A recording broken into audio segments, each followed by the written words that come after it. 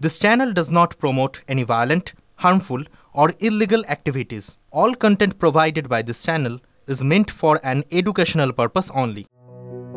নাম অস্মিকা, বয়স মাত্র 1 বছর। নাম ধরে ডাকলেই বিছানায় শুয়ে হেসে ফেলে ফুটফুটে মেয়ে। কিন্তু এই হাসিটা থাকবে তো? আশঙ্কায় রাতের ঘুম উড়েছে বাবা মায়ের। মেয়ে হামাগুড়ি দেবে, তারপর গুটি গুটি পায়ে হাঁটবে। এই দৃশ্যগুলো আদৌ দেখতে পারবেন কিনা জানেন না বাবা মা।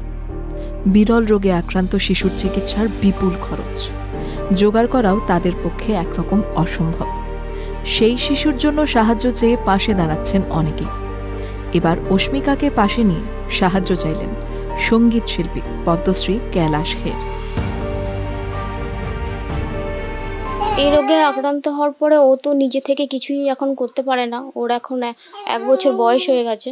আমরা ওকে যেমন করে শুয়ে রাখি তেমন করেই শুয়ে থাকে। ও নর্মাল বাচ্চাদের মতন তাড়াতাড়ি যেই তাড়াতাড়ি বাচ্চারা খায় বা যেরকম করে খায় ও সেরকম করে খেতে পারে না। এখনও ও লিকুইডই খায়, পাতলা করে সব কিছু ওকে খাওয়াতে হয়। অস্মিকার ছোট্ট শরীরে বাসা বেঁধেছে ভয়ঙ্কর বিরল রোগ, যার নাম স্পাইনাল মাস্কুলার অ্যাট্রফি টাইপ 1। এই রোগের কারণে শিশুর মাংসপেশিগুলো ধীরে ধীরে নষ্ট হয়ে যাচ্ছে। শিশুর 1.5 বছর বয়সের মধ্যে একটি বিশেষ ইনজেকশন না দিতে পারলে ভবিষ্যতে উঠে দাঁড়ানোই কঠিন হয়ে যাবে তার পক্ষে। তার চিকিৎসা করাতে গিয়ে বিপুল খরচ তো হচ্ছেই, তবে ওই ইনজেকশন দেওয়া অস্মিকার পরিবারের ক্ষমতার বাইরে।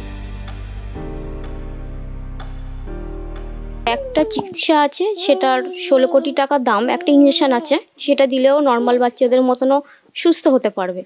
সেটা ওকে ওর 1.5 বছর বয়সের মধ্যে ওকে দিতে হবে। একটা চিকিৎসা আছে, সেটার 16 কোটি টাকা দাম। একটা ইনজেকশন আছে, সেটা দিলেও নর্মাল বাচ্চাদের মতনও সুস্থ হতে পারবে। সেটা ওকে ওর 1.5 বছর বয়সের মধ্যে ওকে দিতে হবে। আপনারাও আপনাদের মতো করে যাতে আমার মেয়েটা সুস্থ হয় সেই পদক্ষেপ নিন। তাছাড়া আরও মানুষ যারা 16 কোটির ইনজেকশন অনেকেই জানে না যে এটা অনেকটা মানুষ ভাবে যে এটা কোনো সম্ভব নয়, ফেক।